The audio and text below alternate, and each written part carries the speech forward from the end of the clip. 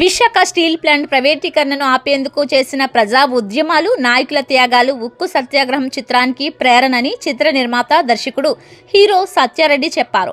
విశాఖలోని చిత్రాలయ ఐనాక్స్లో ఉక్కు సత్యాగ్రహం చిత్రాన్ని శుక్రవారం మధ్యాహ్నం సిపిఎం నాయకులు, ఉద్యమ నాయకులు, స్టీల్ ప్లాంట్ నాయకులు చిత్రంలో నటించిన నటీనటులతో కలిసి చిత్రాన్ని వీక్షించారు.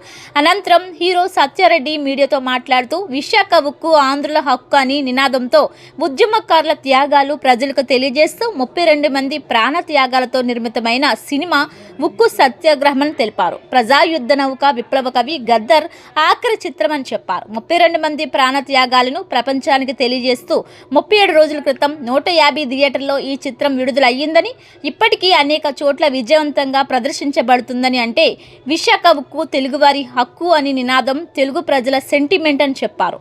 సీనియర్ నటుడు, Visakha GVMC brand ambassador, NTR నటన వారసత్వాన్ని పుణికిపుచ్చుకున్న ప్రసన్న కుమార్, నంది అవార్డు గ్రహీత వినయ ప్రకాష్, ధనుశ్రీ తదితరులు నటించారన్నారు. నటుడు ప్రసన్న కుమార్ మాట్లాడుతూ ప్రాణ త్యాగాలతో స్టీల్ ప్లాంట్ను సాధించుకున్నామని, ప్రైవేటీకరణ అడ్డుకుంటామని చెప్పారు.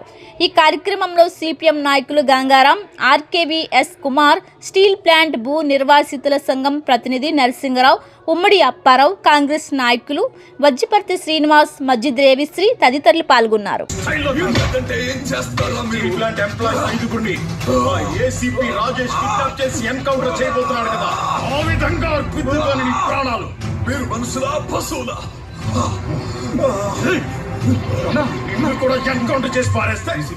సముద్రంలో కలిపేస్తా, జాగ్రత్త.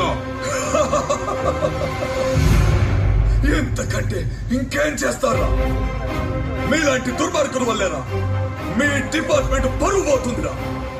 మీరు డిపార్ట్మెంట్ అయ్యి ఉండి నన్ను అరెస్ట్ చేసింది చూపించకుండా మాఫియాలాగా కిడ్నాప్ చేసి ఇక్కడ దాచిపెట్టి ఎవడికి పడితే వాడికి అప్పు చెప్తారా? నీతి మాలిన కుక్కల్లా చిన్నాడికి చుక్కలు చూపిస్తుంది. ఇది మా పొలిటికల్ పవర్ అంటే. పెద్ద పెద్ద మగోళ్లు కంట్రోల్ చేయలేని ఉద్యమాన్ని